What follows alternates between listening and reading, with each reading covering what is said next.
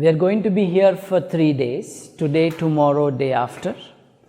మన ఉద్దేశం ఏమిటి అని అంటే మానవవాదులుగా, హేతువాదులుగా, దేవుడు లేకుండా, మతం లేకుండా కూడా నైతికమైన జీవితాన్ని గడపగలం అనుకుంటున్న వారిగా మనం ఇక్కడ కలిసి మన దేశ పరిస్థితులు, ప్రపంచ పరిస్థితుల్ని అవగాహన చేసుకునే ఒక ప్రయత్నం చేస్తూ దానికి మన రెస్పాన్స్ ఎలా ఉంటుంది అన్నది ఆలోచించడం కోసం. ఈ గ్రూపులో ఇక్కడ ఉన్నవారు ఎంత ముఖ్యులో అక్కడ ఉన్నవారు అంతే ముఖ్యులు. ఇక్కడ ఉన్న వాళ్ళకి ప్రత్యేకంగా చాలా ఎక్కువ తెలుసు అన్న అపోహలో ఎవరూ ఉండద్దు. ప్రతిదీ ప్రశ్నించవచ్చు, ప్రతిదాన్ని డిస్కస్ చేయవచ్చు, but according to a process. ఎవరైతే మీతో తమ నాలెడ్జ్ పంచుకోవడానికి వచ్చారో వాళ్ళ ప్రాసెస్ ఫినిష్ అయినాక we will have question answers. There is time for discussion and debate. లంచ్లో ఉంది, బ్రేక్ఫాస్ట్ టైంలో ఉంది. వాతావరణం ఇట్లా ఉంటే బీచ్కి వెళ్ళే టైం కూడా దానికే ఉపయోగించుకోవచ్చు. So many things can be done. And కొత్తగా చెప్పేదేమీ లేదు, కానీ కొంతమంది కొత్త వాళ్ళు వచ్చారు కాబట్టి we work as a friendship circle. We work in a cooperative manner. దెబ్బలాడకుండా చర్చించుకునే మెచ్యూరిటీ ఉన్న వాళ్ళే ఇక్కడికి వచ్చారని మనకి ప్రీవియస్ మీటింగ్స్లో కూడా మనకి that is our experience. Let us continue that tradition. Already ఇప్పటికి 5-6 సార్లు మనం వివిధ సమావేశాల్లో కలవటం జరిగింది. హైదరాబాద్లో science, human rights related matters, కొన్నిసార్లు హ్యూమనిజం, అప్పుడప్పుడు రాడికల్ హ్యూమనిజం, అప్పుడప్పుడు సూపర్స్టిషన్స్ విషయాలు. లాస్ట్ టైం అరకులో కలిసినప్పుడు we had an extensive programme of sports, discussion and art and culture. To the extent the weather will allow us, we will try to do the same. మామూలుగా మనం programmes మొత్తం అయిపోయినాక ఫలానా వాళ్ళు చేశారు అని చెప్పుకుంటాము. అలా కాదు. Let us first acknowledge how we have come here together. ఈ బిల్డింగ్ కట్టించిన బాపారావు గారి ఫ్యామిలీ, మాలో చాలామందికి చాలా ఆప్తులైన బాపారావు గారి కుటుంబం, వారు they made it possible for us to meet here. ప్రతి సంవత్సరం బాపారావు గారి జ్ఞాపకార్థం వివేక విద్యాలయంలో ద స్కూల్ ఆఫ్ రీజన్లో ఒక సమావేశం జరపాలి అని మేమందరం అప్పుడు నిర్ణయించుకున్నాము. దాంట్లో భాగంగానే ఈసారి మాను అండ్ దెన్ ఉన్నావు కదమ్మా, ద హోల్ ఫ్యామిలీ, దుర్గా గారు అక్కడున్నారు, the whole family has come forward to help us set this up. Volunteers ఎవరెవరో ఒకసారి చేతులు ఎత్తండి. ఈ మీటింగ్ మనం టు మేక్ ఇట్ పాసిబుల్. ఇంతేనా? ఇద్దరే కలిసి చేశారా ఈ మీటింగ్ అంతా? I'm a volunteer to. ఒకసారి మీరు వెనక్కి తిరిగి చూసుకుంటే ఈ రూమ్లో సగం మంది volunteers, they have come together to create this meeting for themselves. ఇంకెవరి కోసమో చేయలేదు, మన కోసం మనం ఏర్పరచుకున్న ప్లాట్ఫామ్, అవకాశం ఇది. So kindly let us keep that spirit in this. It is also a self-funded program. ఇక్కడ అయిన ఖర్చులకి మీరే కాంట్రిబ్యూట్ చేశారు, బయట నుంచి తీసుకురాలేదు. somebody has offered to help us with travel scholarships for women. అది తప్పిస్తే nobody from the outside is helping us with this. It is your meeting. మీరు మీటింగ్కి రావాలంటే ఎవరో డబ్బులు ఇవ్వటం ఏంటి? కాబట్టి ఎవరి డబ్బులు వాళ్ళే ఖర్చు పెట్టుకోవాలి అన్నది కూడా we thought it's an important principle. So this is how we are organized today. This is how we come to be here. Already Afghanistan పక్కన పెడితే ఆల్రెడీ 2 hours లేట్గా మనం స్టార్ట్ చేస్తున్నాము. So my request to all our speakers is to limit their lectures so that there is enough time for interaction. చాలామంది అనుభవం ఏంటి అని అంటే లెక్చర్ కంటే కూడా ప్రశ్నలు సమాధానాలు చెప్పే sessions are more interesting. So let us keep that in mind, that people appreciate the possibility of dialogue, discussion with whoever is speaking. కింద కూర్చుని మాట్లాడుకుంటూ ఉంటే గాడ్ అన్న విషయం వచ్చింది. It is broadly relating to my session now. God, God అంటే G అంటే generator అని, O అంటే ఆర్డినేటర్ అని, D అంటే డిస్ట్రాయర్ అని, కాబట్టి అంటూ మాట్లాడే వాళ్ళు చాలామంది ఉన్నారు. నాకు ఇంగ్లీష్ రాదు, ఏం చేద్దాం? నాకు GOD స్పెల్లింగ్ తెలియదు, ఇప్పుడు చెప్పు గాడ్ అంటే ఏంటో. అంటే ఈ పనికిరాని ఫాల్తూ డెఫినేషన్స్తో వాళ్ళు అడ్వాన్స్ చేసే కాన్సెప్ట్స్ని ప్రజల్ని కన్ఫ్యూజ్ చేయడానికి వాడుకుంటున్నారు చాలామంది. అవి పక్కన పెడితే the idea of God is an important idea in the history of human civilization. It comes from a genuine enquiry. అవును, ఇదంతా ఏంటి, ఎక్కడి నుంచి వచ్చింది, దీనికి సమాధానం ఏంటి అని అప్పటికి ఉన్న లిమిటెడ్ జ్ఞానంతో, పరికరాలు లేవు, లెక్కలు రావు, ఊహ మట్టుకు చాలా ఉంది. వీటన్నిటినీ అప్పటికి ఉన్న సమకాలీన జ్ఞానాన్ని తెచ్చుకుంటే, అదంతా దగ్గరికి తీసుకొస్తే, some people have proposed that there is God in physical phenomenon, natural phenomenon. మనందరి జీవితాల్ని నిర్దేశించడానికి కూడా ఒక శక్తి, ఒక మనిషి, మనకు అందని వ్యక్తి, మనకు కనపడని వ్యక్తి అంటూ కొన్ని రకాల ప్రతిపాదనలు వచ్చాయి. నా సెషన్లో నాస్తికత్వం, హేతువాదం, మానవవాదం గురించి మాట్లాడుకుందామని అనుకున్నాం. నాస్తికత్వం అన్న పదంతో మొదలు పెడితే, నాస్తిక అన్న పదానికి అర్థాలు మారుతూ వచ్చాయి. పదాల మీద ఎక్కువ టైం స్పెండ్ చేయాలని నాకు లేదు, కానీ చర్చలో క్లారిటీ కోసం I thought I should clarify these things. ఏ భాషలో అయినా సరే ఓ 100 సంవత్సరాల్లో పదాల అర్థాలు మారుతూ ఉంటాయి. అట్లాంటిది ఎప్పుడో 2400, 2500 సంవత్సరాల క్రితం వాడిన పదానికి ఇవాళ కూడా అదే మీనింగ్ ఉంటుంది అనుకోవటం ఈజ్ వెరీ ఆప్టిమిస్టిక్. ఉదాహరణకి వేదాల్లో నాస్తికులు అని ఎవరిని అన్నారు అని అంటే మనల్ని అనలేదు, వేదాలను నమ్మని వాళ్ళని అన్నారు. వేదాలు దేవుడిచ్చినవి, they are the ultimate source of knowledge అని ఏదైతే అనుకుంటూ ఉన్నారో దాన్ని నెగేట్ చేసిన వాళ్ళని నాస్తికులు అన్నారు. ఇవాళ మనం నాస్తికులు అని అంటే వేదాలనే కాదు, అసలు ఏ రకమైన అతీత శక్తి కానీ, లేకపోతే ఒక సూపర్ న్యాచురల్ ఫోర్స్ అని కానీ, లేకపోతే ఒక క్రియేటర్ ఎంటిటీ కానీ, వాటన్నిటినీ కూడా నెగేట్ చేసే వాళ్ళనే మనం నాస్తికులని అంటున్నాం. అందుకనే చాలామంది అడుగుతూ ఉంటారు, మరి జైనులు కూడా నాస్తికులే కదా, మరి వాళ్ళ గుళ్ళు ఉన్నాయి, వాళ్ళకి వేరే రకరకాల పూజలు, ప్రేయర్స్ ఉన్నాయి, మరి వాళ్ళ సంగతి ఏంటి అని. వాళ్ళు వేదాలను నమ్మనంత వరకు నాస్తికులే అప్పటి కాలంలో. కానీ వాళ్ళకి కొన్ని రకాల శక్తుల మీద నమ్మకాలు ఉన్నాయి, కానీ క్రియేటర్ ఫోర్స్ మీద లేదు. ఇప్పుడు బిలీఫ్స్ అన్నవి ఎంత వైడ్ స్పెక్ట్రంలో ఉంటాయంటే, అన్ని రకాల బిలీఫ్స్కి అన్ని కోణాల నుంచి ఆలోచించే ఒక సమూహం మనకి ఎక్కడో చోట దొరుకుతుంది. So we have to be careful when we say I am an atheist. I am an atheist by today's definition. అంటే గ్రంథాలు, పవిత్ర గ్రంథాలు, లేకపోతే ఎవరో దేవుడు రివీల్ చేసిన టెక్స్ట్ కానీ, వారి ఆదేశాలు కానీ నమ్ముకుంటూ బతికే వాళ్ళని వాస్తవం ఆధారంగా మీరు బతకటం లేదు అని నేను నమ్ముతాను. అలాగే ఒక క్రియేటర్ ఫోర్స్ లేదు అని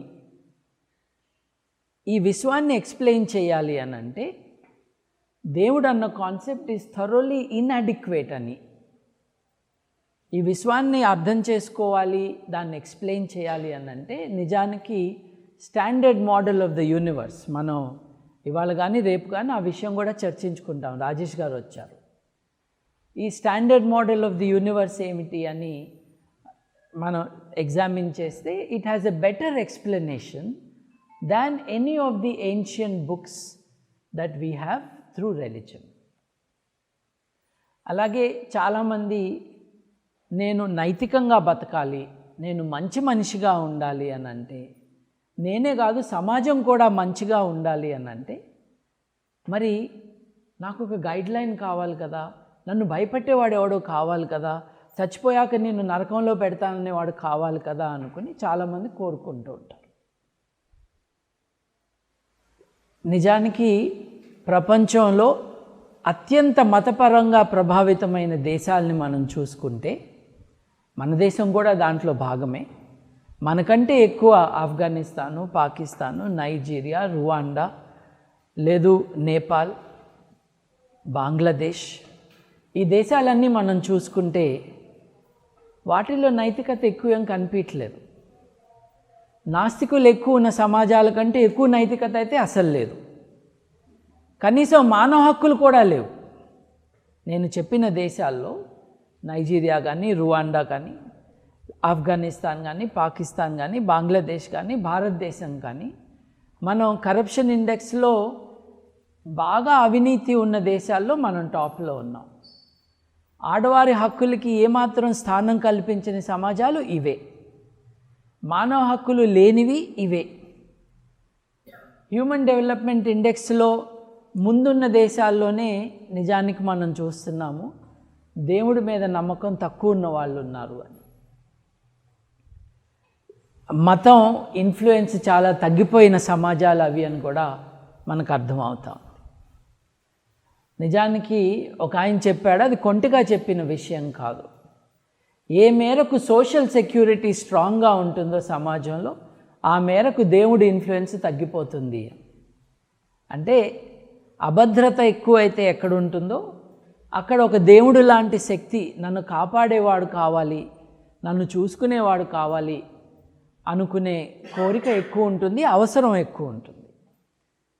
ఏ మేరకు జ్ఞానం ముందుకు వెళ్తుందో, సైంటిఫిక్ థింకింగ్ ముందుకు వెళ్తుందో ఆ మేరకు ఈ శక్తులు ఏవైతే కావాలని కోరుకుంటున్నారో, ఉన్నాయని అనుకోవట్లేదు, కావాలి కాబట్టి కోరుకుంటున్నారో, వాటి ఇన్ఫ్లుయెన్సు, వాటి నెసెసిటీ తగ్గిపోతూ వస్తుంది. ద మెథడ్ ఆఫ్ రిలిజన్ ఏమిటి అని అంటే, అగైన్ చాలా మతాలు ఉన్నాయి, అన్నిటినీ మనం కవర్ చేయలేము. బట్ బ్రాడ్గా ద మెథడ్ ఆఫ్ రిలిజన్ ఏమిటి అని అంటే, సమాధానాలు నా దగ్గర ఉన్నాయి, అది నా పుస్తకంలో కానీ, పవిత్ర గ్రంథంలో కానీ, ప్రవక్త చెప్పిన మాటల్లో కానీ, ప్రవక్త జీవితంలో కానీ వాటిని రిఫ్లెక్ట్ అవుతాయి. వాటిని మేము ఇంటర్ప్రెట్ చేసుకోవచ్చు. ఆ ఇంటర్ప్రెట్ చేయటానికి, మీకు దేవుడికి కనెక్షన్ ఏర్పరచడానికి మాకు క్లర్జీ కావాలి. ఇప్పుడు దేవుడు లేడన్న మతాలకు కూడా క్లర్జీ మట్టుకు కావాలి, చూస్తూ ఉంటే మీరు. సో ఒక క్లర్జీ బికమ్స్ వెరీ ఇంపార్టెంట్. అలాగే ఏ స్టేజ్కి వస్తుంది అని అంటే, నా మతంలో ఎలా అయితే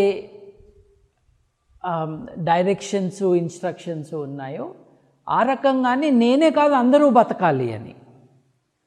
అందరూ బతకాలి అని అంటే స్టేట్, రాజ్యంతో పాటు నేను లింక్ ఏర్పరచుకోవాలి, లేదు రాజ్యమే నాది కావాలి. ఇటువంటి ప్రయత్నాలే మనం చరిత్ర అంతా చూసుకుంటే.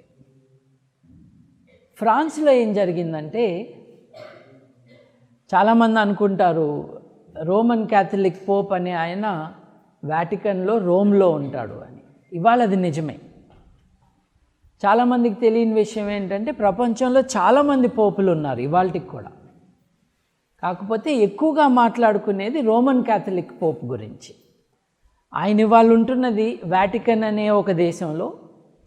అది ఎక్కడుంది అని అంటే, అది ఇటలీలో రోమ్ నగరంలో ఒక చిన్న గల్లీలో సైడ్కు ఉంటుంది. మొత్తం వడ్డీ సంఘం సైజు ఉంటుందేమో అది. దాన్నే ఒక రాజ్యంగా డిక్లేర్ చేసి అక్కడ దానికి అధిపతిగా ఉన్న ఈ నియంత ఎవరైతే ఉన్నారో పోపు గారు, ఒకప్పుడు ఆయన ఫ్రాన్స్లో ఉండేవాడు. ఫ్రాన్స్లో ఉన్నప్పుడు పోపు గారి మాట చెల్లేదే. ఎప్పటిదాకా? నెపోలియన్ వచ్చేదాకా. నెపోలియన్ వచ్చినాక ఆయన క్యాథలిక్ చర్చ్ని క్యాథలిక్కులు కోరుకున్నట్టుగా ట్రీట్ చేయకపోవటం, అలాగే నెపోలియన్కి పెళ్ళి కాకుండానే వేరే వారితో ఎఫైర్స్ ఉండటం, ఈ కారణాల వల్ల పోపు గారు కొంచెం కోపంగా ఉండేవాళ్ళు ఈయనంటే. నెపోలియన్ ఒక సైన్యాధికారిగా వచ్చి మినిస్ట్రీలో జాయిన్ అయ్యి, మినిస్ట్రీలో నేను ఫస్ట్ మినిస్టర్ అని డిక్లేర్ చేసుకుని, ఆ తర్వాత ఇదేది నాకు నచ్చలేదు, నేను చక్రవర్తిని అని డిక్లేర్ చేసుకున్నా. తను చక్రవర్తిగా డిక్లేర్ అయినాక ఆ కిరీటం నెత్తిన పెట్టడానికి పోపు గారిని రమ్మన్నాడు. ఆయన రానన్నాడు. నువ్వు వస్తావా, నేను వచ్చి తీసుకురానా నిన్ను అని మెసేజ్ పంపించాడు పోప్కి. అప్పటి వరకు బైబిల్ ప్రకారం ఎవరు బతకటం లేదు, ఎవరు పుస్తకాలు బైబిల్కి వ్యతిరేకంగా రాస్తున్నారు ఐడెంటిఫై చేసి ఒక్కొక్కళ్ళని తగలబెడుతున్న చర్చ్ అది. అటు 50,000 మందిని మంత్రగత్తెలన్న పేరుతో అయితే మంటల్లో కానీ లేకపోతే నీళ్ళల్లో ముంచి కానీ చంపేసిన చర్చ్. ఆ క్రిమినల్ ఎంటర్ప్రైజ్ యొక్క అధినేతని చక్రవర్తి గారు నువ్వు వస్తావా, నేను వచ్చి తీసుకురానా నిన్ను అని అడిగితే ఆయనకి భయం వేసి ఆయన వచ్చాడు. ఆయన వస్తే ఆయన్ని ముందు సీట్లో కూర్చోబెట్టి చూస్తూ ఉండు అని కిరీటం తీసి తనే పెట్టుకున్నాడు నెపోలియన్. ఆయనతో పెట్టించుకోలే. ఒకప్పుడు రాజ్యం చర్చిలో భాగంగా ఉండేది. నెపోలియన్ చేపట్టిన చర్యలు, ఆ తర్వాత ఒక 100 సంవత్సరాల్లో 1905 separation of religion and state చట్టం వచ్చాక రాజ్యం చర్చిలో భాగం కాదు, చర్చ్ రాజ్యంలో భాగమైంది. What became supreme? The state became supreme and the church was a part of it. దాని ఇన్ఫ్లుయెన్స్ కూడా తగ్గిపోతూ వస్తుంది. నాలాంటి నాస్తికులు కోరుకునేది ఏమిటి అని అంటే, రాజ్యంలో చర్చ్ ఉండకూడదు, రాజ్యంలో నాస్తికత్వం ఉండకూడదు అని. రాజ్యానికి ప్రజల నమ్మకాలతో సంబంధం లేదు, రాజ్యానికి దేవుడితో సంబంధం లేదు, నాస్తికత్వంతో సంబంధం లేదు. ఆ సంబంధం లేదు అన్న ప్రిన్సిపల్ని మర్చిపోయినాయి కమ్యూనిస్ట్ దేశాలు. అందుకని అక్కడ నాస్తికత్వానికి పెద్దపీట వేసి మతవాదులందరినీ కూడా హింసించారు. అది దారుణమే, అది కూడా హింసనే, అది కూడా స్వేచ్ఛకి వ్యతిరేకమైన పద్ధతినే. మానవవాద పద్ధతి స్వేచ్ఛ ఆధారంగా మనుషుల చర్యలు ఉండాలి, ఆలోచనలు ఉండాలి అని గట్టిగా నమ్మే ఒక దృక్పథం మానవవాదం. ఎందుకు అనంటే మానవవాదులకి మనిషి ముఖ్యం. ఈ నాస్తికత్వం యొక్క నిర్వచనం ఓవర్ 2000 ఇయర్స్ ఎలా మారిందో చూసాం. యూరప్ ఎగ్జాంపుల్లో చర్చి యొక్క స్థానం ఎలా మారిందో ఒక ఎగ్జాంపుల్ ద్వారా మీకు ఇండికేట్ చేశాం. ఇదంతా జరుగుతూ ఉన్నప్పుడు ప్యారలల్గా సైన్స్ యొక్క గ్రోత్ ఎలా ఉన్నది అని అంటే, అప్పటి వరకు బైబిల్ వంటి గ్రంథం కానీ, ఖురాన్ వంటి గ్రంథం కానీ, లేదు భారతదేశంలో ఉన్న మత గ్రంథాలు కానీ ఆర్ సోర్సెస్ ఆఫ్ నాలెడ్జ్ అని కూడా అనుకున్నారు. అంటే జ్ఞానం కోసం కూడా వాటి దగ్గరికే వెళ్ళాలి అని. నైతికంగా ఎలా బతకాలి కూడా దాంట్లోనే ఉంది. ఈ విశ్వం గురించి రహస్యాలన్నీ కూడా దాంట్లోనే ఉన్నాయి. ఇవాళ చూస్తున్నాం కదా, ఇవాళ ఇండియన్ సైన్స్ కాంగ్రెస్ల దగ్గర నుంచి ప్రధానమంత్రి గారి దాకా ప్రతి ఒక్కళ్ళు కూడా జ్ఞానం కోసం అక్కడికి వెళ్ళమని చెప్తున్నారు. ఇప్పుడు మీ నమ్మకాల కోసం అక్కడికి వెళ్ళమంటే అది రిలీజియస్ మ్యాటర్ అవుతుంది, it's a private issue. But సైన్స్ని కూడా అక్కడ వెతుక్కుంటున్నారు చూడండి. It is reversing the process of maybe 1,000 years, definitely of 600 years. గత 500-600 సంవత్సరాల్లో యూరోప్లో జ్ఞానం కోసం, to have knowledge of the universe, to have knowledge of the nature, you don't go to the supernatural, you go to the natural. You examine it, you measure it, you calculate it. ఒక పద్ధతిని evolve చేసుకుంది సైన్స్. That is a scientific method. అలాగే the subject of human enterprise, activity, society started changing. Example, మీరు ముఖ్యంగా European things are easy to discuss ఈ మ్యాటర్స్లో. మీరు 1300, 1400 నుంచి ఉన్న పెయింటింగ్స్ చూస్తే, ఫస్ట్ 1500 years ఆఫ్ క్రిస్టియానిటీలో ఉన్న పెయింటింగ్స్ని చూస్తే మీకే తెలుస్తుంది. సిలువ, యేసు ప్రభువు, మేరీ మాత, అలాగే స్వర్గం, ఈ దేవతలు వీళ్ళని అక్కడికి తీసుకెళ్ళేవాళ్ళు, చచ్చిపోయిన మనిషి మళ్ళీ తిరిగి రావటం, లాజరస్తో మాట్లాడటం, ఇవే అప్పటి వస్తువులు. అప్పుడు వేసిన పెయింటింగ్స్లో మెయిన్ సబ్జెక్ట్ వాజ్ దట్. ఒకప్పుడు ఇండియన్ లిటరేచర్లో all literature was literature about the gods. ఇవాళ భరతనాట్యం కూడా అదే. ఇప్పుడు కూడా దేవుళ్ళ కథలు చెప్పటానికి ఆ డాన్స్ ఫామ్స్ని వాడుతూ ఉంటారు.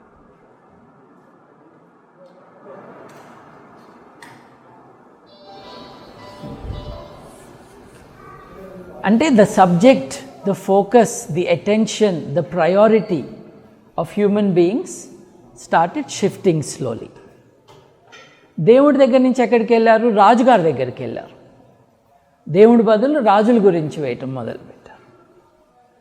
అక్కడ నుండి కూడా స్లోగా షిఫ్ట్ అవుతూ కులీనులు, కాస్త ధనవంతులుగా ఉన్నవాళ్ళు, వాళ్ళ జీవితాలు, వాళ్ళు ఏం చేస్తున్నారు, వాళ్ళు ఎలా బతుకుతున్నారు.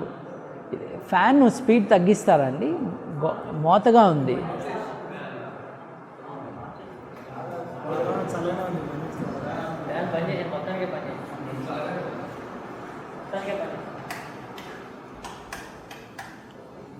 Thank you Mann.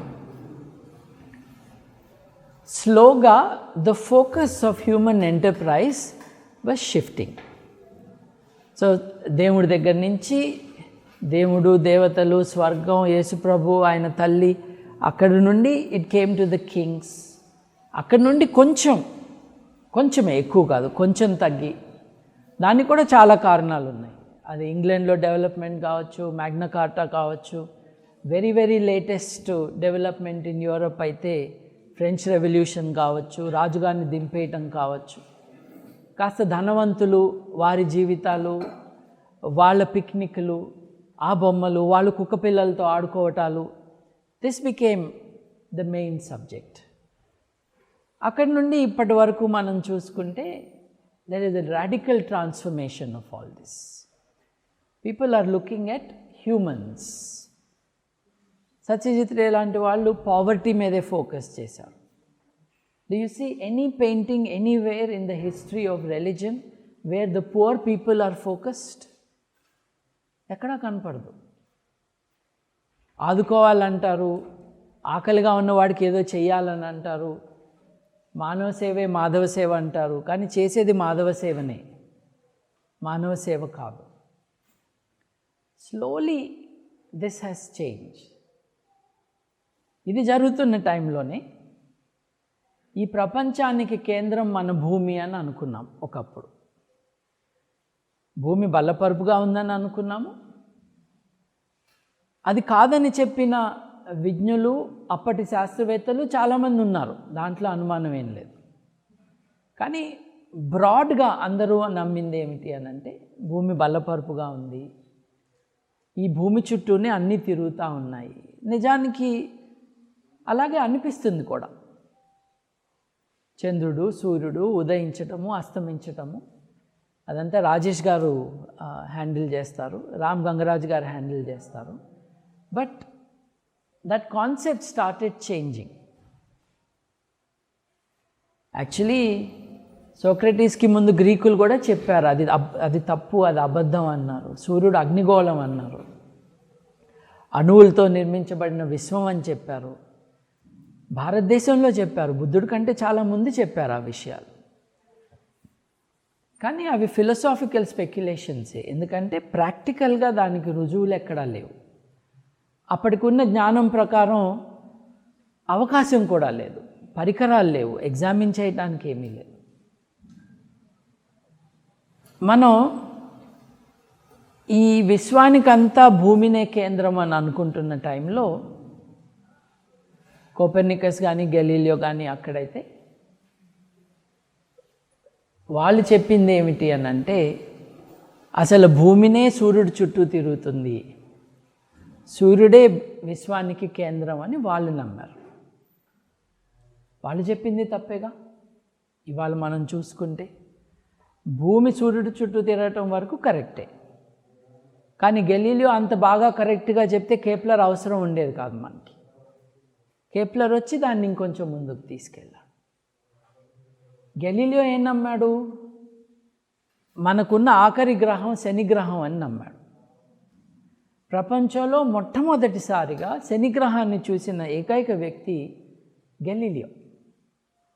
ఆయన తన టెలిస్కోప్ని ఎక్కుపెట్టి విశ్వాన్నంతా పరిశీలిస్తుంటే సాటర్న్ శనిగ్రహానికి చుట్టూ ఉన్న వలయాలను చూసి ఎంత అబ్బురంగా ఉంది, రండి రండి చూడండి అని అంటే, ఈయనకి దయ్యం పట్టింది, ఈయన సాతాను ఏజెంటు, ఈయన మాటలు వినొద్దు, ఈయన పరికరం దగ్గరికి ఎవరు వెళ్ళొద్దు అని నిర్ణయించుకున్నారు అందరూ. అది జరిగిన తర్వాత హెర్షల్ గారి కారణంగా యురేనస్ కనుక్కున్నారు. యురేనస్ని కనిపెట్టిన తరువాత యురేనస్ కూడా కనిపించింది ఆయనకి. కనిపించినప్పుడు ఇదొక నక్షత్రం అనుకున్నాడు, కానీ అది నక్షత్రం కాదు, అది గ్రహం, అది సూర్యుడు చుట్టూ తిరుగుతుంది అని కూడా ఆయన కనిపెట్టి దానికి రాజుగారి పేరు పెడితే, కాదు అన్ని గ్రహాలకి రోమన్ దేవతల పేర్లు ఉన్నాయి కాబట్టి దీనికి కూడా రోమన్ దేవత పేరు పెట్టాలి అని పేరు మార్చి చేశారు. ఇక్కడ వరకు గ్రహాలన్నీ కూడా కంటితో చూసి కనిపెట్టినవి. నెక్స్ట్ గ్రహం నెప్ట్యూన్ ఏదైతే ఉందో, నెప్ట్యూన్ గ్రహం మ్యాథమెటికల్గా కనిపెట్టారు. అంటే యురేనస్ అనే గ్రహం సూర్యుడి చుట్టూ తిరిగే దాని ఆర్బిట్ ఇలా ఉండాలి, కానీ అలా లేకుండా ఏంటో తేడాగా ఉంది. తేడాగా ఉంది అంటే ఏంటి? మనకి ఇంకా కనపడనిది ఏదో దాన్ని ఎఫెక్ట్ చేస్తూ, దాని మూవ్మెంట్ని ఎఫెక్ట్ చేస్తూ ఉంది. ఇంత సైజు గ్రహాన్ని ఎఫెక్ట్ చేయటానికి బహుశా ఇంకొక గ్రహం అంత సైజుది ఉండాలి అని చెప్పడం జరిగింది. Mathematically it was first discovered అనకూడదు, it was identified and later it was discovered. Science పద్ధతిలో మనం కొన్ని క్యాల్కులేషన్స్ చేసుకుని ప్రెడిక్షన్స్ని కూడా చేసుకుని అది కరెక్ట్ అయ్యేదాకా చూస్తాము. అది కరెక్ట్ అయ్యే అవకాశం లేకపోతే దాన్ని మార్చుకుని ఇంకో చోటకు వెళ్తాం. నేను ఇందాక మీతో అన్నాను, మతం దగ్గర అన్ని సమాధానాలు ఉంటాయని. సైన్స్ దగ్గర ప్రశ్నలే ఉంటాయి, ఆ ప్రశ్నలకి సమాధానాలు మారుతూ ఉంటాయి. ఈ జ్ఞానంతో మనం ఈ సమాధానం చెప్పుకుంటాం, వేరే జ్ఞానం వస్తే ఇంకా ఎక్కువ విషయాలు తెలిస్తే to that extent we move on to some other conclusion. ఇప్పుడు ఐన్స్టైన్ గారు 100 సంవత్సరాల క్రితం గ్రావిటేషన్ గురించి చెప్పారు. Of course I should not anticipate what others are going to say. 100 సంవత్సరాల తర్వాత ఆయన చెప్పిన విషయాలు కరెక్ట్ అని కన్ఫర్మ్ చేసుకున్నాం ఇటీవలనే. మొన్నటి వరకు అవుట్ ఆఫ్ ఆఫ్రికా థియరీ అన్నది చాలా ప్రబలంగా ఉండేది. అవుట్ ఆఫ్ ఆఫ్రికా అని అంటే బహుశా 60,000 సంవత్సరాల క్రితం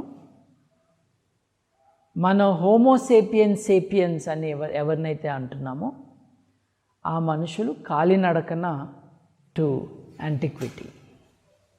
అలాగే అవుట్ ఆఫ్ ఆఫ్రికా 60,000 సంవత్సరాల క్రితం మనిషి వచ్చాడు అక్కడి నుంచి అన్నది 130,000 సంవత్సరాల క్రితమే వచ్చాడు అని కొత్త అవశేషాలు దొరికిన కారణంగా కొత్త కన్క్లూజన్కి వచ్చారు. ఇదంతా బాగానే ఉంది, okay let us rewrite this history of migration అని అనుకున్నగా మొన్న మేలో, అంటే ఈ సంవత్సరం మేలో, అబ్బే ఇదంతా తప్పు, oldest Homo sapiens fossils found in Africa are 2 lakh years old, but in Europe we found one which is 3.7 lakh years old అని మనకి ఎవిడెన్స్ వచ్చింది. మనిషి చరిత్ర, హోమోసేపియన్స్ చరిత్ర బహుశా 2 లక్షల సంవత్సరాలు ఆఫ్రికా నుంచి మనం వచ్చామని అనుకున్నాం. సడన్గా తేలిందేంటి, దాదాపు దానికంటే డబుల్ మన హిస్టరీ ఆఫ్ అవర్ స్పీషీస్ ఉండొచ్చు. 3.7 lakh years. ఆఫ్రికాలో తవ్వితే ఇంకేం దొరుకుతాయో. మన కామన్ యాన్సెస్టర్స్ గురించి మనకు అర్థమవుతున్నది జిగ్సా పజిల్. సైన్సు ఇట్లా మార్పులు నువ్వు మొన్నటిదాకా చెప్పిన తప్పు అని అంటే it invites it is excited. అరే అయితే ఇది కాదనమాట, కొత్త విషయం తెలుసుకోవాలి మనం, అసలు వాస్తవం ఇంకేదో, సత్యం ఇంకేదో అని సైన్స్ అటువైపు పరిగెడుతూ ఉంటుంది. దానికి ఆపోజిట్గా మతపరమైన పద్ధతి ఏమిటి అని అంటే సమాధానం ఆల్రెడీ డిసైడ్ అయి ఉన్నది, నోరు మూసుకుని వినాలి. అంతేకాకుండా వినకపోతే నీకు ప్రాణహాని కూడా జరిగే అవకాశాలు ఉంటాయి. As rationalists, we find that the source of knowledge is in the scientific method, not in revelation, not in a holy book anywhere. ఇవన్నీ జరుగుతూ ఉండగా మనిషి తనని తాను ఒకవైపు తన దృష్టి సారించుకున్నప్పుడు తనెవరు అని అడగటం మొదలుపెట్టాడు. నేనెవరిని అని అన్నప్పుడు నువ్వు పాపివి అని చెప్పారు ఇతనికి 2000 సంవత్సరాలు, ఇంకా అంతకంటే ఎక్కువ కాలం ముందు. అసలు నువ్వు మనిషివే కాదు పో అన్నారు కొంతమందిని మన దేశంలో. నువ్వు వేరే మనుషులతో బతకడానికి వీల్లేదు అని అన్నారు. కొంతమంది పైన అన్నారు, కొంతమంది కింద అన్నారు. నిచ్చెన మెట్ల సమాజం ఏదైతే మనం విమర్శిస్తామో.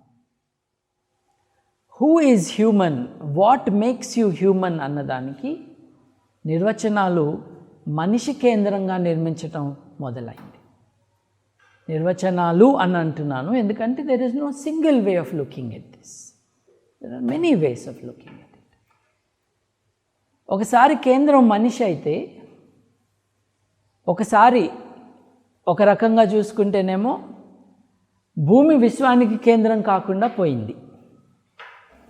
ఎందుకనంటే అది సూర్యుడు చుట్టూ తిరుగుతూ ఉంది. తర్వాత సైన్సు ఈ సూర్యుడు కూడా పెద్ద నక్షత్రం ఏం కాదు, ఒక చోటా మోటా మీడియం సైజ్ నక్షత్రం, అది కూడా పాలపుంత మధ్యలో కాదు, ఓ పక్కన ఉంటాడు అని మనకు తెలిసింది.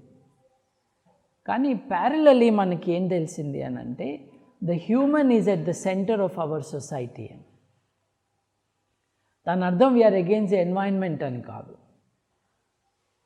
We have to understand the role and the responsibilities of the human. మనం ఎక్కడి నుంచి వచ్చాము, మన ఆరిజిన్స్ ఏవి అన్నది మ్యాటర్ ఆఫ్ ఫ్యాక్ట్స్. మనం ఎవరము, మనం ఏం చేయాలి, ఏ విలువల ఆధారంగా బతకాలి, these are matters of morality. ఈ మ్యాటర్స్ ఆఫ్ మొరాలిటీలో నైతికత, పర్సనల్ మొరాలిటీ ఉంటుంది, సమాజం పట్ల కూడా మనకున్న బాధ్యతల గురించి ఉంటుంది. 1600s, 1700s మనం ముఖ్యంగా యూరోప్లో ఆలోచనలు చూస్తే రాజుగారిని కేంద్రంగా పెట్టుకుని చేసిన ఆలోచనలే అవి మోస్ట్లీ. ఫ్రెంచ్ రెవల్యూషన్ వచ్చేదాకా that was the primary activity of all thinkers. ఇంకో రకంగా ఆలోచిస్తే చెప్పే ధైర్యం మట్టుకు చేయలేదు, దానికి హింట్స్ మట్టుకే ఇచ్చారు అప్పటి మేధావులు. బట్ ఆల్రెడీ 1700s ఎండ్లో సాన్సిమో లాంటి ఫ్రెంచ్ థింకర్స్ కారణంగా ఐడియా ఆఫ్ జస్టిస్ కూడా చాలా ముఖ్యమైపోయింది. అంటే న్యాయం జరగాలి, న్యాయం అన్నది బలవంతుడు చెప్పిందే కాదు అని. మ్యాగ్నా కార్టా బేసిక్గా రాజుగారి హక్కులు ఏంటి, ఆయన కింద ఉన్న వాళ్ళ హక్కులు ఏంటి అనే డిఫైన్ చేసి, మనుషుల యొక్క హక్కులు ఏమిటి, ఆడవాళ్లే కాదు మగవాళ్ళ హక్కులు ఏమిటి అన్నది ఫ్రెంచ్ విప్లవం డిసైడ్ చేసి డిక్లేర్ చేసి, ఆ బిల్డప్లో న్యూ థాట్స్ స్టార్టెడ్ కమింగ్. ఈ new thoughts gave impetus to social thinkers looking at exploitation, looking at justice, fairness to all people. 1800sలో ఉన్న థింకర్స్, వాళ్ళలో కార్ల్ మార్క్స్ ఒకడు, ఆయన ఒకే ఒక్కడు కాదు, ఆయన ముందు చాలామంది ఉన్నారు, ఆయన తర్వాత చాలామంది ఉన్నారు. వాళ్ళందరి ఆలోచనలు కూడా ఈ స్ట్రక్చర్ ఆఫ్ సొసైటీ ఏంటి, దీన్ని మనం ఎలా మారిస్తే మనిషి యొక్క జీవితం మారుతుంది. చూడండి, దిస్ గ్రేట్ హ్యూమనిస్టిక్ ఎంటర్ప్రైజ్, ఈ సమాజం మంది, ఇది మనుషుల కోసం, ఇది బాలేదు, దీన్ని మార్చాలి, అది మనమే మార్చుకోవాలి. ఎలా మార్చుకోవాలి? This is a human centred approach to human society. రెండో పక్కన చూడండి, ప్రపంచ శాంతి కోసం ఏం చేస్తారు? హోమం చేస్తారు. ఎలక్షన్లో గెలవాలంటే ఏం చేస్తారు? యాగం చేస్తారు. ఎదుటి సైడు అపోనెంట్ చాలా ఎక్కువ బలంగా కనిపిస్తూ ఉంటే శత్రు సంహార యాగం చేస్తారు. గత 10 ఏళ్లలో జరుగుతున్న విషయాలు, ఎప్పటివో కాదు మనం చెప్పేది. You see the difference. మనిషి కేంద్రంగా నిర్మించుకున్న సమాజంలో మనిషి యొక్క శక్తితో, మనిషి యొక్క ఇంట్రెస్ట్ని మనసులో పెట్టుకుని చేసే ప్రయత్నాలు. And there may be 100 approaches, but they are all human-centered. And they are guided by human values and human rights. Rendo vaipuna, they are not guided by human values. They are guided by assumptions about the nature. Nenu indaka nunchi cheppina rough outline edaithe undo, that is a parallel culture to the mainstream culture of religion. రిలీజనే mainstream culture అయింది, అందుకే ఇట్లా ఏడుస్తున్నాం మనం ప్రపంచం అంతా. ఆ main stream కల్చర్లో ఒక దేవుడు, ఒక దయ్యం, ఒక దేవత, లేదు అని అంటే ఒక ప్రేయర్, ఒక దైవదూత, వీళ్ళందరి కారణంగా సమాజాలు మారుతాయి. మనం వాళ్ళని సంతోషపెడితే అది జంతుబలి కావచ్చు, నరబలి కావచ్చు, ఈ మధ్య జరుగుతున్నాయి ఎక్కువ. ఎటువంటిదైనా ఎపీజ్మెంట్ టు నేచర్, అవన్నీ చేస్తే మనకు కావాల్సినవి సిద్ధిస్తాయి అన్నది రెండో పక్క. ఈ సైన్స్ సైడ్ ఉన్నది చూసారు, it is also a tradition of freedom, of free thinking. ఎందుకనంటే ఒక పవిత్ర గ్రంథాన్ని మీరు రిజెక్ట్ చేయాలి అని అంటే దాని గురించి ఆలోచించగలిగి ఉండాలి. ఆలోచించటమే కాదు, దాని గురించి మాట్లాడగలిగి ఉండాలి. మాట్లాడే స్వేచ్ఛ, ఆ స్పేస్ మీకు కావాలి. On the other hand, this is a tradition of dictatorship, of ideas, of personal behaviour, and it could be also the food you eat or the clothes you wear. ఇవాళ మళ్ళీ మన దేశంలో, కేవలం మన దేశంలో అని అనుకోకూడదు, మన చుట్టూ ఉన్న దేశాల్లో కూడా ఇదే జరుగుతూ ఉంది. ఏ మతమైనా కావచ్చు, కానీ ధోరణి అదే. This on one side and the human centred approach on the other side. This is what we need to distinguish. కానీ హ్యూమన్ సెంటర్డ్ అప్రోచ్ అంటే all that we mean is this: మనిషికి ఒక వాదం కావాలి. ఆ వాదం మనిషి యొక్క శ్రేయస్సు కొరకు, మనిషి యొక్క నైతికత కొరకు. దాన్నే మానవవాదం అంటున్నాం. మనుషుల కోసం ఉన్న వాదం కాబట్టి మానవవాదం. దేవుని యొక్క వాదం మోస్ట్లీ మతం అయి కూర్చుంది. నాస్తికులు they keep there belief to themselves. Personal belief. నాకు దేవుడు ఉన్నాడు లేదా ఎవరికి ఎందుకు అవసరం, నాకు ఒక్కడికే అవసరం. It's a personal belief. మిగతా వారు ఎలా వాళ్ళ మతాన్ని ప్రచారం చేసుకుంటూ తిరుగుతున్నారో అలా నాస్తికులు చేయరు. Because it's a personal conclusion. Conclusions have to be personal. They will share opinions and knowledge, but we're not evangelists. నాస్తికులుగా మనం ఉంటున్నాం, అది మన ఉనికి. It does not mean that is our aim to do it. నాస్తిక సంఘాలు కొన్ని ఉన్నాయి, బట్ మనం హ్యూమనిస్టులుగా ఎందుకున్నాము అని అంటే, మనము మానవ విలువల ఆధారంగానే మన పర్సనల్ లైఫ్స్ కానీ, సోషల్ లైఫ్స్ కానీ, మన సోషల్ ఇన్స్టిట్యూషన్స్ కానీ ఉండాలి అని. మతంలో చూడండి, మీ మతస్థుడు కానివాడు కాఫిర్, లేకపోతే ప్రాచ్యుడు కానివాడు అప్రాచ్యుడు. మనవాడు కానివాడల్లా ఎప్పుడూ కూడా he is not a good person. అది అన్ని మతాల్లోనూ ఉంది. But humanism wants to embrace everyone. వాళ్ళ మతం ఏదైనా కావచ్చు, వాళ్ళ నమ్మకాలు ఏదైనా కావచ్చు, మనందరం కూడా we're part of our common humanity. సైన్స్కి ఎలా అయితే విశ్వజనీయత ఉన్నదో, యూనివర్సాలిటీ ఎలా అయితే ఉన్నదో, హ్యూమన్ వాల్యూస్కి కూడా ఉన్నది అని. కాబట్టి ఒక ప్రత్యేకమైన జూయిష్ స్పెషల్ ఎబిలిటీస్ కానీ, ప్రత్యేకమైన క్రిస్టియన్ స్పెషల్ ఎబిలిటీస్ కానీ, ప్రత్యేకమైన హిందూ స్పెషల్ ఎబిలిటీస్ కానీ, స్పెషల్ జీనియస్ కానీ మానవవాదులకు ఉండదు. They don't recognize it. They only see it as racism or arrogance, nothing else. మీరు 1800s నుంచి 1950s 60s వరకు రాసిన సెమీ రిలీజియస్ లిటరేచర్ చూస్తే అందరూ ఏం నమ్మారనంటే, భారతదేశం నుండి టీచర్స్ ఆఫ్ ద వరల్డ్ పుడతారు అని, వీళ్ళే ప్రపంచానికి మార్గదర్శకులుగా ఉంటారు అని. అనీ బెసెంట్ జిడ్డు కృష్ణమూర్తిని తీసుకుని ప్రపంచాన్ని మోసం చేసింది ఆ ఆలోచనతోనే. ప్రపంచానికి ఒక గురువు వచ్చాడు, చిన్నపిల్లోడు, ఇది ఇసుకలో ఆడుకుంటున్న పిల్లోడిని పట్టుకుని వీడే ప్రపంచానికి ఫాదర్, ఇది టీచర్ ఆఫ్ ద వరల్డ్ అని ఎత్తుకెళ్ళి తండ్రి దగ్గర నుంచి గుంజుకెళ్ళి తీసుకెళ్ళి కోర్టులో కూడా కేసు గెలిచి ఆయన బ్రెయిన్ వాషింగ్ చేసి అంతా చేసింది out of that feeling. Shri Aurobindo గారి పుస్తకాల్లోనూ అదే ఉంటుంది. ప్రపంచానికి ఎవరైనా ఏదైనా నేర్పించాలి అని అంటే భారతదేశమే అని. That cultural arrogance, culturally we are superior అన్నది మనకు చాలా ఎక్కువగా ఉండింది.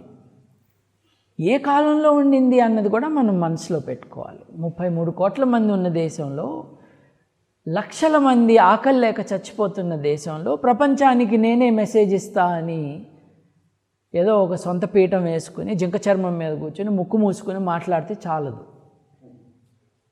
We need to engage with society, and what ever that solution is, it should be tested against evidence. ఇప్పుడు మనం మంచి చేయటానికి ఒక పద్ధతిని ప్రపోజ్ చేస్తాము, ఆ పద్ధతి నడవకపోతే వదిలేసి ఇంకో పద్ధతి కోసం వెళ్తాం. That is a method of science. So atheism is an absolute rejection of the explanation of God as the origin of the universe, or the creator of the universe, or the regulator of the universe. Rationalism shares the method of science, is the foundation of the method of science, that all knowledge is based on examining facts critically, making theories, predicting possibilities based on the theories, and verifying them, and accepting verified facts as truth. M.N. Roy చెప్పినట్టుగా, truth is the content of knowledge. జ్ఞానం యొక్క సారమే సత్యం, ఇంకోటి కాదు. దాన్ని మార్చుకుంటూ పోతాము ఆ జ్ఞానం మారుతున్న కొద్దీ. And humanism is ఏథియిజం with values. దేవుడు లేడంటమే చాలదు, మనిషి ఉన్నాడు అని గుర్తించు. ఉన్న మనిషికి అవసరాలు ఉంటాయి, ఆ మనిషికి ఒక హుందాతనం ఉంటుంది, ఆ మనిషికి హక్కులు ఉంటాయి, స్వేచ్ఛ కోరతాడు. మనిషిగా బతకటానికి చాలా అవసరాలు మనిషికి ఉంటాయి. వాటిలన్నిటినీ సమూహంలో అందరికీ అందేటట్టుగా ఎలా చేయాలి, న్యాయం ఎలా చేయాలి, ఈ విలువలను ప్రతిపాదించేది మానవవాదం. So the philosophy of the human is humanism. The approach of the humanist is a rationalist scientific approach. The conclusion about God is that there is no God of the kind they are talking about. ఒక వాక్యంతో ముగిస్తాను. చాలామంది నువ్వు దేవుణ్ణి నమ్మవా అని అడుగుతారు. దానికి నేను సమాధానం చెప్పలేను, ఎందుకంటే దేవుడు అంటే ఏంటో నువ్వు చెప్పేదాకా నేను నమ్ముతానో లేదో నాకు తెలియదు. ఇప్పుడు ఇక్కడ లెక్కేసుకుంటే 3 కోట్లు ఉన్నాయి, అక్కడ లెక్కేసుకుంటే 3 ఉన్నారు, ఇంకో చోట లెక్కేస్తే ఒక్కడే ఉన్నాడు. అసలు వీళ్ళెవరు? వాళ్ళ డెఫినేషన్ ఇవ్వండి, దాన్ని బట్టి మనం మాట్లాడుకోవచ్చు. నిరాకారుడు, ఎవరికి కనపడ్డు, అసలు మనకి తెలియదు, వాడు ఉన్నాడా లేదా అంటే నువ్వే చెప్పావు తెలీదు అని అన్నావు, ఎట్లా ఉంటాడో తెలియదు అన్నావు, మనం పసిగట్టలేమన్నావు, మనం వాసన చూడలేమన్నావు, నువ్వు ముట్టుకోలేనన్నావు, పట్టుకోలేనన్నావు, ఉన్నాడో లేదో నువ్వు చెప్పమంటావు, అసలు నీకెట్టా తెలుసు? సో ఇట్లా ఈ వేగ్ ఆర్గ్యుమెంట్స్ డిస్కషన్స్లోకి మనం వెళ్ళకపోవటమే మంచిది. ఉన్నవాడు మనిషి, ఉన్నది మనిషి. What can we do about the human? I think that would be a fair modern approach to life. ఈ ప్రాసెస్లో మనకి దెబ్బలాట్లు వస్తాయి, ఫ్రెండ్లీ పర్సువేషన్ జరుగుతుంది. We should engage in those discussions, but with respect for the others. No respect for ideas. Ideas should be discussed, debated, defeated, destroyed, but people should not be. మనుషులతో మనం మనుషులుగా వ్యవహరిస్తూ ఆ భావాల గురించి మాట్లాడుకోవాలి. This would be my broad introduction to our 3 days of ideas. మనం నాస్తికులం అవ్వచ్చు, కానీ కన్క్లూజన్లో that's not our main enterprise. We're interested in the human. ఇలా ఉంది మన సమాజం, మన పరిస్థితి ఇలా ఉంది. ఇక్కడ నుండి ఇంకా ఎక్కడికి వెళ్ళొచ్చు? కొంచెం స్థానం మనిషికి కల్పిస్తే, ఎక్కువ కూడా కాదు, కొంచెం కల్పిస్తే గత 400 సంవత్సరాలు మనిషి ఎక్కడికి వెళ్ళాడో చూసాంగా. 150 సంవత్సరాల క్రితం నుంచి ఎక్కడున్నామో చూసాంగా. ఎక్కడో కాదు, సైన్స్ ఆవిష్కరించిన దేశాలు వదిలేసేయండి. ఆధునిక సైన్సు ఇంకా వాసనలు కూడా సరిగ్గా తాకని భారతదేశంలోనే 1900 సంవత్సరంలో సగటున మనిషి ఎంతకాలం బతికాడు, ఇవాళ ఎంతకాలం బతుకుతున్నాడు? దీనికి కారణం యోగానా? దీనికి కారణం ఇన్నర్ ఇంజనీరింగా?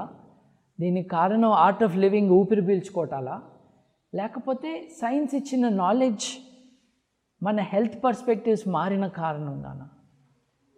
ఇవి మనం అవగాహనకి తెచ్చుకోవటమే కాకుండా మన చుట్టుపక్కల ఉన్న మిత్రులకు కూడా in a friendly manner, if we can show the light of reason, we would do well. Of course, మనం ఎంత సౌమ్యంగా మాట్లాడుకుంటున్నా మనం ఒక క్రైసిస్ సిచ్యువేషన్లో ఇవాళ ఉన్నాం. దాన్ని ఇగ్నోర్ చేస్తూ ఉండాలని కాదు, but we are meeting as friends. Some of you have met us earlier, some of you you've had your life affected or changed since we last met. మనం అరకులో కలిసినప్పుడు Manu was a newly married guy. This time Vamshi is the newly married guy. Ekkada Vamshi? Where is your wife? ఈ హ్యూమనిజాన్ని మగవాళ్ళు ఉద్యమంగా చేయొద్దండోయ్. Please bring your family members. So our friend is married since last time. తను non religious వేలోనే పెళ్లి చేసుకోవాలని అనుకున్నాడు, అంత వీలు కాలేదు. He tried his best. అట్లాగే other people have had changes in their own lives. మన మిత్రుడు Raghunandan Shri, his father died వారం రోజుల్లో ఎంతో రీసెంట్గానే చనిపోయారు ఆయన. He was the founder of the planetary society. Raghunandan Shri, తన ఫాదర్ చనిపోయారు, అంజప్ప గారు. అలాగే we've had people who came to Araku who are not able to come here. Vinay Sagar sent a message, తనకి బెంగళూరులో జాబ్ ఆపర్చునిటీ వచ్చింది, ఇమీడియట్గా వెళ్ళి కొన్ని ప్రాక్టికల్ థింగ్స్ చేయాలని తను వెళ్ళిపోయాడు అని. We have conducted many non-religious weddings. Vasantrao గారు ఇక్కడే ఉన్నారు, వారి అమ్మాయి పెళ్ళి we met in Rajamandri area, we did that. I went to the US, to UK, South Asian Humanist Associationని స్ట్రెంథెన్ చేయటానికి. ఎందుకు అని అంటే భారతదేశంలో కానీ, పాకిస్తాన్లో కానీ, బంగ్లాదేశ్లో కానీ జరుగుతున్న మారణ హోమాన్ని ఆ దేశంలో నుండే, ఆ దేశాల్లో నుండే మనం ఆపలేము. We need to create a defense outside the region as well, so that people like us are protected. మనం అరకులో కలిసిన తర్వాత పాకిస్తాన్లో మషాల్ ఖాన్ని చంపేశారు, అందరూ చూసే ఉంటారు న్యూస్. స్టూడెంట్ ఆఫ్ జర్నలిజం, కేవలం ఫేస్బుక్లో తను ఎయిథీస్ట్ అని పెట్టుకున్న కారణంగా కాలేజీలో పిల్లలే అతన్ని చంపేశారు. అతన్ని ఆదుకోవటానికి వెళ్ళిన పోలీసులకి ధైర్యం చాలలేదు, ఆ ఉన్మాదంలో వీళ్ళని ఎవరు చంపేస్తారు. అట్లాగే సౌత్ ఇండియాలో కోయంబత్తూర్లో Periyar there is no God, there is no God, there is no God అన్న స్లోగన్ని కాగితం మీద రాసి తన పిల్లల చేతిలో పెట్టిన యంగ్ మ్యాన్ ఫరూక్ని చంపేశారు. One important thing for us to remember, Akhlaq అనే ఒక ముస్లింని ఆయన ఫ్రిడ్జ్లో ఆవు మాంసం ఉందన్న సస్పిషన్తో ఆయన ఇంటి మీద అటాక్ చేసి అతన్ని చంపేసి వెళ్ళిపోయింది ఒక అల్లరి మూక. అప్పుడు పోలీసు వాళ్ళు వచ్చి 2 ఇన్వెస్టిగేషన్స్ చేశారు. మొదటి ఇన్వెస్టిగేషన్ చచ్చిపోయిన మనిషి అయితే, అంతే ఇంపార్టెంట్గా ఫ్రిడ్జ్లో ఉన్న మాంసం ఆవు మాంసమా కాదా అని ఇన్వెస్టిగేట్ చేశారు. It tells you the perspective and the priorities of the law enforcement agencies. మనిషిని చంపేస్తే అది మాంసం ఆవుదా కాదా అని కనుక్కోవటానికి ఎక్కువ ఉత్సాహం చూపించారు. బట్ అఖ్లాక్ని చంపేసిన కారణంగా దేశమంతా కూడా జుగుప్స వ్యక్తం చేశారు అందరూ, saying this is not acceptable, ఇది తప్పు, మనిషి యొక్క ఫుడ్ హ్యాబిట్స్ని మనం ఇట్లా పీనలైజ్ చేయడానికి వీల్లేదు, దారుణం, అన్యాయం అని. ఫరూక్ని చంపిన విషయం ఎవరైనా మాట్లాడారా? మనసులో పెట్టుకోండి, ఎక్కడన్నా అన్యాయం జరిగితే నాస్తికులు, మానవవాదులు ముందుకొచ్చి వారి తరపున మాట్లాడటానికి ఉన్నారు. మానవవాదులకి ఏమైనా అయినప్పుడు మాట్లాడేవాళ్ళు లేరు. కాబట్టి మిగతాదంతా ఇంపార్టెంట్ అయినా మనల్ని మనం కాపాడుకోవటం ఎలా, దాని మెకానిజమ్స్ ఏమిటి అన్నది we have to explore and implement fully.